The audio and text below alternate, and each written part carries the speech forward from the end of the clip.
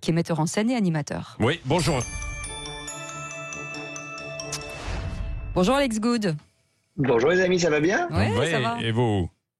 Bah écoute, ça va dans ces temps compliqués, on essaie tous d'aller Oui. comme on peut et voilà. Bon, vous avez signé un texte et puis vous réclamez un fonds d'urgence pour les associations et les refuges pour la protection des animaux. Vous êtes une cinquantaine de personnalités. Qu'est-ce que vous dites exactement dans ce texte et pourquoi? Quel est le problème en fait aujourd'hui sur la protection des animaux, Alex? Bah, le problème, c'est que comme pour tous les pans de la société, en fait, le Covid a eu aussi une influence très néfaste, malheureusement, pour les associations, qui déjà, si tu veux, il y a plus de 3000 associations animalières en France qui vivent quand même essentiellement de dons des gens. Et c'est vrai que franchement, les gens, ils ont autre chose à faire avec leur argent en ce moment, et ils ont autre chose à penser que tout ça. Et donc, malheureusement, toutes ces associations sont à l'agonie. En plus, il y a eu une espèce de recrudescence d'abandon parce qu'entre toutes les fake news qui te disaient ton chat ou ton chien, Ouais, parce c'est que vrai. transmettre le Bien sûr. Covid et tout ça. Donc, il y a une recrudescence d'abandon qui était monstrueuse et les gens ne pouvaient plus aller non plus à la SPA, Adopter. choisir un animal, adopter un animal, SPA ou autre assoce d'ailleurs, il n'y a pas que la SPA, mais aller récupérer l'animal. Donc, résultat, on se retrouve avec des associations qui sont surchargées. Vous savez que la loi française dit que s'il y a trop d'animaux, faut carrément les euthanasier. Donc voilà. Donc l'idée, c'est vraiment de dire, on soutient plein de choses, c'est super, mais il faut pas non plus oublier. Malheureusement, je sais bien qu'on ne peut pas être partout et soutenir tout le temps. Mais c'est vrai que voilà, là, on nous a proposé d'intervenir là-dessus, donc on a juste apposé notre signature pour dire qu'effectivement, ce serait bien qu'on fasse quelque chose pour les animaux aussi. Et on peut relancer d'ailleurs aussi à cette occasion l'adoption qui avait été mise en berne, suspendue pendant quelques temps. Et là, c'est possible. C'est vrai sur le. Oui, mais je pense que ça va faire partie des choses qui vont être annoncées là, où on va quand même retrouver un semblant de liberté. Et je pense que voilà, effectivement, ça fera partie des choses annoncées aujourd'hui. Oui.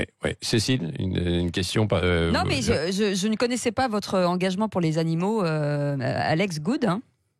Oui, Cécile, on se connaît bien, toi et moi. Ouais, mais c'est vrai, j'ai toujours eu des animaux toute ma vie et j'ai fait plein de choses déjà pour la SPA ou pour d'autres assos. Voilà, et c'est vrai que là, on m'a demandé, j'ai dit bien sûr, avec plaisir, surtout quand on t'explique, en fait. C'est-à-dire que quand on t'explique ce qui se passe, ça fait vraiment peur. Les associations, c'est quand même pour la plupart des bénévoles. Il faut pas oublier non plus, par exemple, tous les SDF qui ont des animaux et qui ont énormément souffert pendant cette crise parce qu'ils avaient moins de gens à qui ils pouvaient demander des sous dans la rue. Ils ont souvent des animaux qui sont souvent pris en charge aussi par ces associations et qui là du coup sont débordés. Donc mais voilà, c'est le moment de rappeler faisons ce qu'on peut. Aussi Alex Good qu'il faut il faut faire stériliser aussi vos animaux. Ça c'est important parce que c'est pareil, la stérilisation s'est arrêtée pendant cette période de confinement. Oui, c'est pareil. Du coup, pasteurisation égale encore plein d'animaux qui naissent, dont on ne sait pas, les gens ne savent pas quoi faire. Ils trouvaient pas de preneur pour leur petit chat, leur petit chien, et donc ça exactement. Enfin, c'est une suite de dominos, mais comme le sport, on a vu le sport juste avant. Voilà, c'est dans tous les domaines. Voilà, j'espère juste que le monde va réussir à se redresser de tout ça. Faut y croire, faut être positif. Et là, en l'occurrence, faut se dire, voilà, et comme dans plein de domaines, il y a quelque chose à faire quand même aussi là-dessus. Faut pas les oublier. Voilà. Et d'un mot, vous aussi, Alex Good, parce que vous êtes metteur en scène, animateur. Enfin, vous êtes un homme de spectacle. Vous espérez aussi que le spectacle puisse redémarrer, mais même si oui, forcément. Mais là, dans l'immédiat, ça semble quand même assez gelé pour les semaines qui viennent. Alors, je pense pas. Je pense que ça va faire partie des trucs qui vont être annoncés aujourd'hui. D'après ce que moi je sais de mes contacts dans le milieu, c'est vrai que pour moi, tous mes spectacles se sont arrêtés partout dans le monde, que ce soit en France ou que ce soit à Las Vegas, où c'est le même problème. Alors, à Las Vegas, ils veulent que je reprenne très vite. Alors, c'est sûr vous attendre. C'est ça. On a eu un coup de fil. Non, mais c'est pas moi qui suis sur scène. C'est un artiste que je produis qui est là-bas. Mais c'est vrai qu'en France, a priori, ils vont annoncer là qu'on va pouvoir ouvrir les théâtres. Mais le problème, ça va être toutes les mesures qui vont être prises. C'est-à-dire, on va te dire, oui, alors il faut venir par groupe, on va séparer les gens, il faut peut-être avoir un masque. De toute façon, il faut faire tout ce qu'il faut faire pour que la santé soit bien. Mais c'est vrai qu'économiquement, déjà que c'était très compliqué dans le milieu du théâtre depuis quelques années, parce que y a moins de gens qui sortent au théâtre. Voilà, c'est très difficile de faire un spectacle qui est rentable. Si on te dit d'un seul coup ta salle, c'est 30% ou 40% de gens en moins, économiquement, c'est plus viable.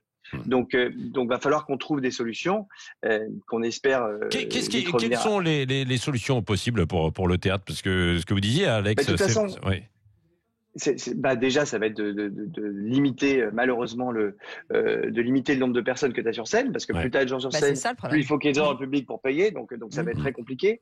Peut y avoir des aides. On a un problème de toute façon depuis des années en France, nous, sur le spectacle vivant, qui est de se dire que les charges sociales sont trop élevées par rapport à ce qu'on peut faire. C'est-à-dire qu'on a une espèce de dichotomie qui fait que plus on a de gens sur scène, évidemment, plus il faut qu'on les paye. Or, les billets de spectacle, les gens sont de moins en moins prêts. Oui. Mais oui, les gens sont de moins en moins prêts à payer 70 € ou 80 € parce que c'est des sommes monstrueuses. Et surtout que les prix, il y a des prix de plus en plus intéressants sur les réseaux sociaux, sur Internet. Voilà, et il y a aussi tous les billets réduc et billets réduc-like qui font que les prix ont baissé. Mais du coup, ça fait que l'économie du spectacle était déjà extrêmement bancale. Donc là, si on limite les salles à 30 ou 40% de moins, c'est plus jouable, sauf à mettre que des one-man shows ou que des pièces de théâtre à 2 ou 3 personnes. Mais c'est pas non plus ce que les gens ont envie de voir. Donc, il va falloir qu'on trouve une espèce de paradoxe. Ça va peut-être être des aides, peut-être réinjecter le fonds de soutien des théâtres, qui est une structure qui existe déjà. Voilà, je pense que de toute façon, très objectivement, c'est un peu comme les cinémas, mais qui n'ont pas les mêmes problèmes économiques que nous, parce qu'un cinéma, ils peuvent mettre le même film dans 5 salles et le faire durer 3 mois. Nous, il faut payer les acteurs à chaque fois qu'ils jouent. Donc, voilà, à moins qu'on trouve très vite un médicament ou un vaccin, ou qu'on espère par miracle que ça disparaisse, je pense que voilà, il va falloir qu'on repense un petit peu comment on fonctionne, que l'État aide surtout les producteurs, parce que là, c'est très bien d'avoir fait ce qu'ils ont fait sur les intermittents, tous les intermittents, c'est-à-dire que les acteurs et les techniciens vont avoir une année blanche, comme on dit, tu vois, voilà, mais le problème, c'est que si les producteurs et les théâtres ne sont pas aidés, l'année blanche, elle va servir à rien parce qu'ils auront nulle part où jouer. Dans un an. D'après, voilà. Oui, absolument. Donc il va falloir qu'on trouve des solutions pour aider tout ça, mais j'ai confiance, on va finir par y arriver. Oui. Merci Alex Good, metteur en scène, animateur. Merci, et donc je rappelle ce fonds d'urgence qui est demandé pour les associations et les refuges pour la protection des animaux.